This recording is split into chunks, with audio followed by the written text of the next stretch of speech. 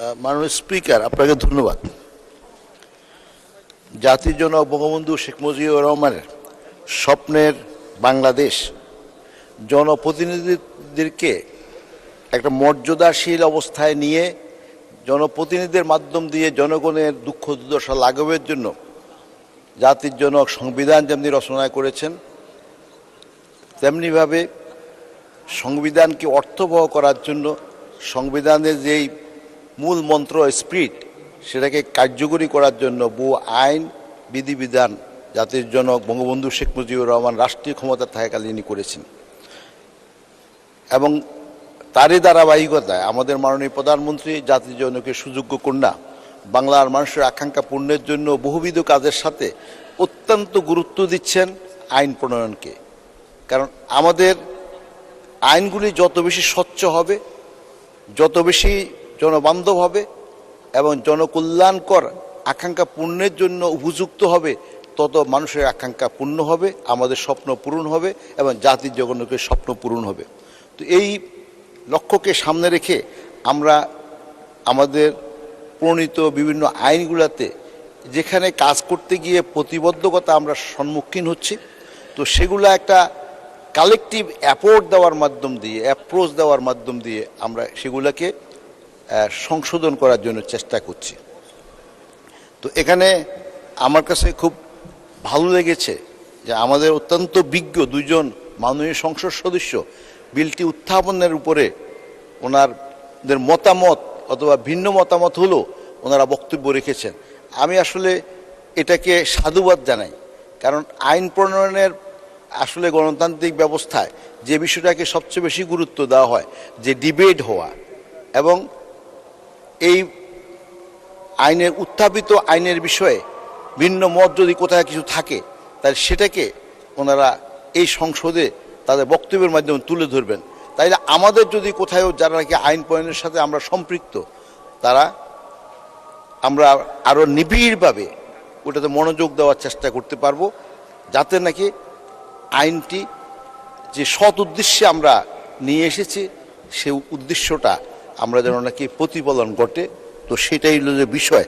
তো এখানে আমাদের দুজন বিজ্ঞ মাননীয় সংসদ সদস্য আব্দুল লতিফ সিদ্দিকী সাহেব উনি বলেছেন যে ওনার কন্টেম্পোরারি মাত্র ওনারা 4জন আছেন। তো অবশ্যই ওনার দীর্ঘ অবদানের প্রতি আমি সম্মান প্রদর্শন করব এবং এই সংসদ কিন্তু ওনাদের অবদানগুলোকে অত্যন্ত মর্যাদার সহিত বিবেচনা করে এবং এই শিক্ষাটা আমরা আমাদের মাননীয় প্রধানমন্ত্রীর কাছ থেকে পেয়েছিও। তো এবং আমাদের মজিবুল হক সুন্নু সাহেবকে আমি ধন্যবাদ জানাই, উনি বক্তব্য রেখেছেন। আমি আমার উত্থাপিত আইন নয়, অন্যান্য আইনের বিষয়ে ওনারা বিভিন্ন সময় ওনাদের বক্তব্য এমনভাবে উত্থাপন করেন যাতে করে আইন প্রণয়নের জন্য যারা দায়িত্বে প্রাপ্ত তারা সতর্ক হতে পারে। এই বক্তব্যটা শুধু সংসদকে সমৃদ্ধ করবে না, এই বক্তব্যটি গোটা আমাদের মন্ত্রণালয়ের যে সমস্ত কর্মকর্তারা আছেন এবং সংসদ সচিবালয়ের যে সমস্ত কর্মকর্তা আছেন, আইন মন্ত্রণালয়ে যারা আছেন, যারা এর সাথে সংশ্লিষ্ট আছেন, সবাইকে সতর্ক করবে। তো এই জন্য আমি ধন্যবাদ জানাই। কিন্তু যে বিষয়ে ওনারা যে আশঙ্কা প্রকাশ করেছেন, আসলে এটার সাথে আমি ব্যক্তিগতভাবে একমত হতে পারছি না, এই কারণে যে আসলে আইনটাতে এই সংশোধনীটা অতীব জরুরি। কারণ জনপ্রতিনিধিত্বশীল ইউনিয়ন পরিষদের দরকার এবং প্রায়শই দেখা যায় কিছু কিছু জায়গাতে বিভিন্ন ধরনের একটা অজুহাতে মামলা মোকদ্দমা এবং বিভিন্ন কিছুতে এমন ধরনের জড়াইয়ে যায় 15-20 বছর পর্যন্ত সেখানে নির্বাচন হয় না। একবার যারা নির্বাচিত হয়েছেন 15 বছর 20 বছর আগে তারাই দায়িত্ব থাকেন এবং তখন সেখানে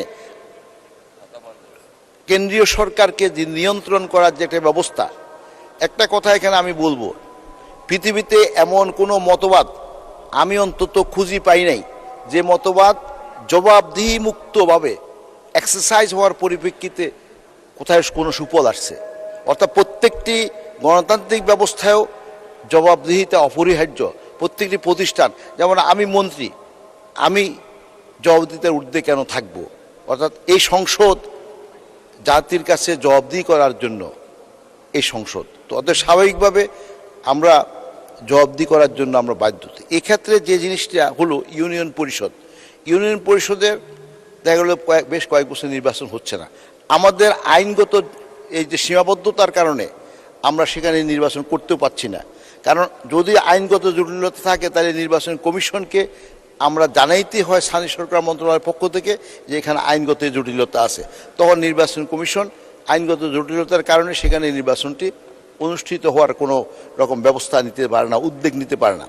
তো সে কারণে এখানে অন্তর্বর্তীকালীন সময়ের জন্য যদি কোনো কারণে সেখানে ইউনিয়ন পরিষদের 5 বছর মেয়াদ উত্তীর্ণ হওয়ার পরে নির্বাচন অনুষ্ঠিত হইতে কোনো প্রতিবদ্ধতা সৃষ্টি হয় এবং কেউ যদি কোনো সুযোগ সুবিধা নেওয়ার জন্য কোনো আইনের এই রকম কোথাও দুর্বলতাকে কাজে লাগানোর চেষ্টা করে এবং জনগণের আকাঙ্ক্ষা যে নির্বাচিত প্রতিনিধিরা ইউনিয়ন পরিষদ পরিচালনা করবেন সেখানে বাধা সৃষ্টি হয়, অর্থাৎ মানুষের আকাঙ্ক্ষা সেখানে অপূর্ণ থেকে যায় অথবা পূর্ণ হয় না। তো সে কারণেই এই সংশোধনীটি আনা হয়েছে এবং এই সংশোধনীটি আনা হয়েছে এখানে অ্যাকচুয়ালি সত্য কথা বলতে কি আমি খুব বড় বক্তব্যে যাব না। ব্যুরোক্রেটরা যেমনি কাজ করেন, আমরা যারা নাকি জনপ্রতিনিধি আমরা সেখানে নেতৃত্ব দিই সংবিধান অনুযায়ী, আপনার রুলস অফ বিজনেস অনুযায়ী, বিজনেস অফ অ্যালোকেশন অনুযায়ী minister is the supreme of the ministry. তো এখানে আমাদের অত্যন্ত সুযোগ্য সরকারি কর্মকর্তারা যেমনি আছেন তারা ড্রাফটিং করেন এবং আমি নিজে মন্ত্রী হিসাবে আমি প্রত্যেকটি লাইন দেখে আমরা এটাকে এরপর দিয়ে আমাদের ক্যাবিনেটে যায়। ক্যাবিনেটে মাননীয় প্রধানমন্ত্রীর সভাপতিত্বে সেখানে সভা হয়, সেখানে আলোচনা হয়, যদি কোনো ত্রুটি বিচ্যুতি থাকে এরপর আইন মন্ত্রণালয়ে আবার প্রেরণ করা হয়, সেখান থেকে ওনারা চূড়ান্ত অনুমোদনের জন্য ক্যাবিনেটে আবার আসে এবং ক্যাবিনেট তখন অনুমোদিত হলে ব্যাটিং করে দেওয়ার পরে এরপর দিয়ে পার্লামেন্টে আসে। এখন এই পার্লামেন্টে আসার পরে আজকে যে আমি উত্থাপনের অনুমতি প্রার্থনা করেছি এর মধ্যে আপনারা বক্তব্য রেখেছেন, এখানে একটা পরিষ্কার বিষয়, এটাই গণতন্ত্রের সবচেয়ে সৌন্দর্য। আমি অনুমতি প্রার্থনা করেছি, উনি অনুমতি দিয়েছেন, আপনারা বক্তব্য রেখেছেন। এখানে আমি আপনাদের সাথে আমি একমত হয়ে বলতে চাই যে এখানে আজকে এটা অনুমোদিত হলে, এটা উত্থাপিত হলে এবং সেটা আমাদের স্থায়ী কমিটিতে যাবে এবং স্থায়ী কমিটিতে সেটা ছুলছেরা বিশ্লেষণ হবে। আমি বব ডলের বক্তব্য থেকে শুনেছি, when parliament in a session it is in a public exhibition, when it is in committee room it works. তো পার্লামেন্টের কমিটি রুমে কাজ করে এবং যে পার্লামেন্টে মাধ্যমে যে জনগণের কাছে জবাবদিহিতা করা অ্যাকচুয়ালি কমিটি থেকেই মূলত খুব ইন্টেন্সিভলি কাজ করে, নিবিড়ভাবে কাজ করে। তো আমরা সেখানে প্রেরণ করার জন্য আমি মাননীয় স্পিকারের কাছে প্রার্থনা করব, উনি মঞ্জুর করলে সেখানে যাবে। যাওয়ার পর দিয়ে যে সমস্ত আপনাদের বক্তব্যটি এটাও আমি সেখানে তুলে ধরব এবং আমাদের মাননীয় সংসদ সদস্যরা সেখানে আলোচনা করবেন, সরকারি কর্মকর্তারা সহ যৌথভাবে আমাদের ক্রস ডিসকাশন হবে। তার মাধ্যম দিয়ে যদি কোনো সংশোধনীর দরকার হয় তাহলে আমরা সেখানে সংশোধন করার জন্য উদ্যোগ নেব। আর এরপরও যখন নাকি স্থায়ী কমিটি থেকে ব্যাটিং হইয়া যখন নাকি পার্লামেন্টে আসবে তখনও আপনারা সুযোগ পাবেন মাননীয় সংসদ সদস্যবিন্দু সংশোধনী দেওয়ার জন্য।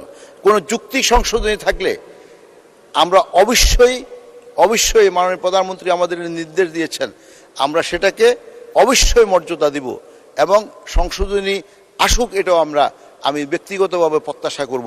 যদি কোনোটা যদি আমাদের জন্য, আপনি হয়তো 50টা সংশোধনী আসতে পারে, আমি হয়তো যদি একটাও যদি গ্রহণ করার মতন আমার জন্য হয় তাহলে এটা আমার জন্য লাভজনক, তাই আমি এটাকে ওয়েলকাম করব। তো অতএব আজকে আমি মনে করি এই বিষয়ে আমাদের যেহেতু সুযোগ আছে আমরা পরবর্তীতে আরও আলোচনা করার এবং যদি কোনো কারেকশনের দরকার হয় সে কারেকশন করার জন্য। তো অতএব আমার মনে হয় আমরা বিলটি উত্থাপনের জন্য আমি মাননীয় স্পিকার আপনার অনুমতি প্রার্থনা করব। জি, ধন্যবাদ।